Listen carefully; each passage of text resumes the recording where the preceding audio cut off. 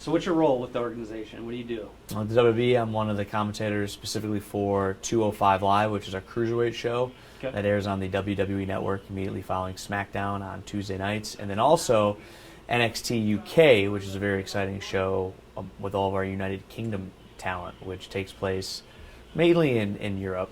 Specifically, we've done shows in London, Blackpool. We got a show coming up in Glasgow, Scotland. But some of that talent also gets integrated with the WWE talent as well, as we did in Phoenix. And then after that, Mixed Match Challenge, which is a Facebook-only show, which also gets put up on the WWE Network. WWE Main Event, which gets put up on the WWE Network and is on television. A lot of different shows. So, I call myself the jack of all trades. Gotcha. How long you been with them? 2 years. I just started my third year with the company. What made you go into that? What were you doing before? So before I was in Cleveland media. Okay. And was covering the Browns, the Indians, the Cavs, and we have a pay-per-view coming up in Cleveland, Fastlane. Mm-hmm. It's our last stop on the road to WrestleMania. Right. Last time I was really in the queue, for a big event like this, was when the Cavs won the NBA Finals, during that span, that home game stretch in the finals, and then when they unveiled the banner. Gotcha. So, I was doing that before I went to the WWE, but it's been a lifelong goal. I've been a fan my entire life. I remember going to the Richfield Coliseum. I don't know if I'm dating myself with that. Going to the Richfield Coliseum to see shows in the early 90s. So this was the goal and the dream. How'd you accomplish that? How'd you transition from it being a goal and a dream to, hey, you're doing this now, this is your reality? Well, growing up, I know there's the cliche, just a kid from Akron. Well, a couple of us that are in the WWE, say we were just kids from Cleveland that had a dream. And it was one of those things that I think as a kid, you have a dream. Like, I want to be a firefighter, or I want to be a football player, or I want to be X, Y, and Z. And as you start to get older, you have different interests. You maybe start to have different dreams. I don't want to say you give up on your dream, but you start to go a different route. For me, I always wanted to be a WWE commentator ever since I was a kid. And I used to tell my mom that I'm going to be a WWE commentator. And so when I got to college, all my goals were focused on journalism, to be a sports commentator. Because I always thought that the only way that I was going to get to the WWE was to become more marketable by doing other things, such as the Cleveland Browns, such as the Cavaliers, such as working for other, media outlets to bring my, call it portfolio up that would make myself more marketable for the WWE. So it was a long road of doing that, and then at the same time working on the independent wrestling scene, which so many of us started in. Everyone from Seth Rollins to Cleveland's own Johnny Gargano were on the independent wrestling scene. So I did the independence, quote unquote, for nearly a decade before I ever got to the WWE. What was it like your first day stepping into that, saying, hey, I've made it? Well, first off, I don't think I've ever made it. I still don't think that I've made it. But I remember the phone call, actually. This is going to be very embarrassing, but I'll share it with you. I got called December 6th. It was a Thursday. Might have been December 4th. 4th, 5th, or 6th. It was a Thursday. And it was Michael Cole who said, we're going to offer you the job. Here's your contract. I remember, yeah, awesome, very excited. I remember hanging up the phone and falling to my knees in the driveway of my father's house, which was my grandmother's house before that, which I've watched an abundant amount of wrestling in. And it was like a surreal type moment. And then to get there and then to walk into the performance center, when you walk up, you're looking at this building and you see WWE employees only.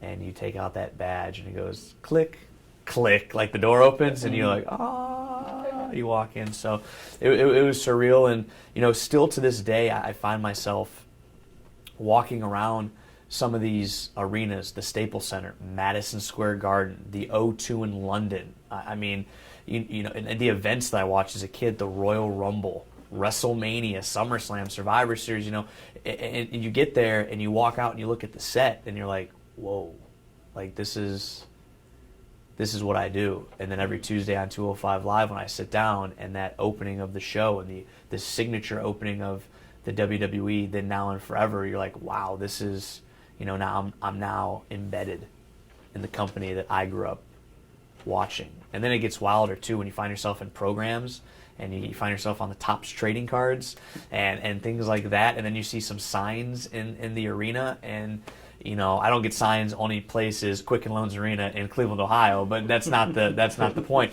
It's really cool, man. I'm rambling because it's actually hard to explain.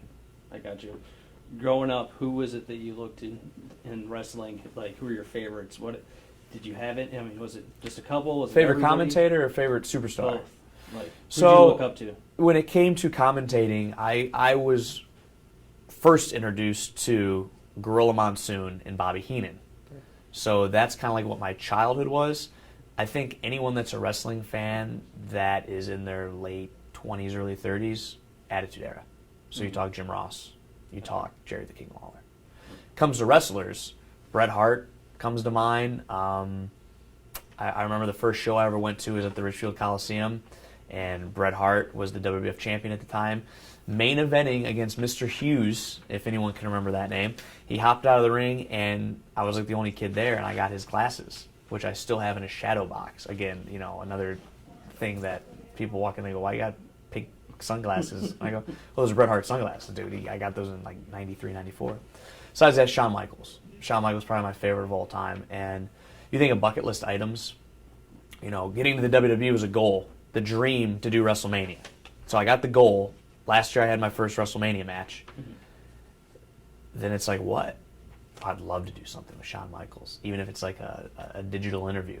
And Shawn Michaels and I called Halftime Heat this year on the WWE Network. And that was cool for me to now say that I've worked with the guy that I idolized, the guy that I looked up to. And he's a guy that Johnny Gargano's and anybody in NXT, they looked up to Shawn Michaels. He's the reason, we're here. It's the reason we got to the WWE is because we emulated, him among others. So yes, to answer your question, Shawn Michaels probably would be the final answer on that one. Gotcha. What's it like for your friends and family to see you on TV? They don't understand. Like, they don't, they're just like, you're just Vic. And it's like, yep, I'm Vic, but it's funny because they'll go to a show and they'll buy a program without me telling them, and they'll open it up. Oh my God, there he is. That's crazy to see you. Because with my friends, these are the same friends I went to shows with. Right. That I went to Raws and SmackDowns and pay-per-views and WrestleManias with. And now they're sitting there watching me do it, and they know how much it meant. My mom cried when I did WrestleMania. She was very excited about that. My brothers and sisters, they think it's cool because it's like, yeah, my brother Vic's a WWE commentator. Like, yeah, he's on. Oh yeah, here's his trading card. Like, so they think it's cool. It's unique. It's very unique because you still don't know really what it means until you meet someone that makes you realize how much it means. And that was my moment for that was at Access for the Royal Rumble in Phoenix. What was I doing? I was doing Worlds Collide or some tournament. We were voicing. I get done and I walk down the ramp area, and one of our PR people come up and they go, Vic, do you have a moment? And I said, yeah, sure. And they took me into a room where a Make-A-Wish kid was because they were from Ohio. And the dad had listened to me and watched me what I did here in Cleveland media and knew that I was there and asked if I was there, if I was available. So the child's Make-A-Wish was to meet Alexa Bliss, also another Ohio native from Columbus. And they asked, can Vic spend a few minutes?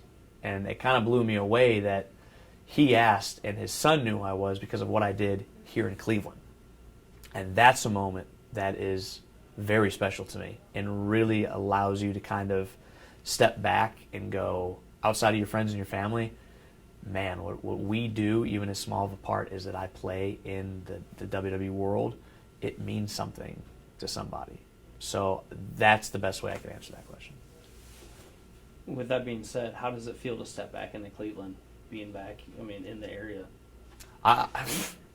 To come back for a pay-per-view, the final stop before WrestleMania, it's awesome because I've sat in those seats for Raw, and I've sat in those seats for SmackDown, and I've been able to come back for Raws, come back for SmackDowns, but never an event like Fastlane. And when you're talking about the championships are being decided, you're talking about a major WrestleMania match having implications on it when Charlotte Flair meets Becky Lynch, and then you talk about Cleveland's own The Miz trying to become tag team champion once again with Shane McMahon taking on the Usos. This is the last stop before WrestleMania is happening in Cleveland. The fate of what's going to happen in New York goes through Cleveland. It's kind of compelling because the whole Odell Beckham Cleveland Browns thing right now, but it's funny to think that, and it's cool, and it's one of those things you step back and you go, wow. Like, I'm walking into Quicken Loans Arena through the tunnel below the arena. Before, I was walking up the steps to get into the door, with a ticket. It's awesome. It's awesome. What are your predictions for how Fastlane's going to go? I think Fastlane is going to be very telling for WrestleMania, obviously. It's the Shield reuniting, would possibly could be for the last time. Roman Reigns has just come back after his battle with leukemia, which, we're all excited to see the big dog back in his yard. You're talking about Kevin Owens and Daniel Bryan for the WWE Championship. Who's going to go to WrestleMania WWE Champion? We know Brock Lesnar is going to be at WrestleMania as a Universal Champion. We know he's taking on Seth Rollins, who won the 2019 Royal Rumble for the men.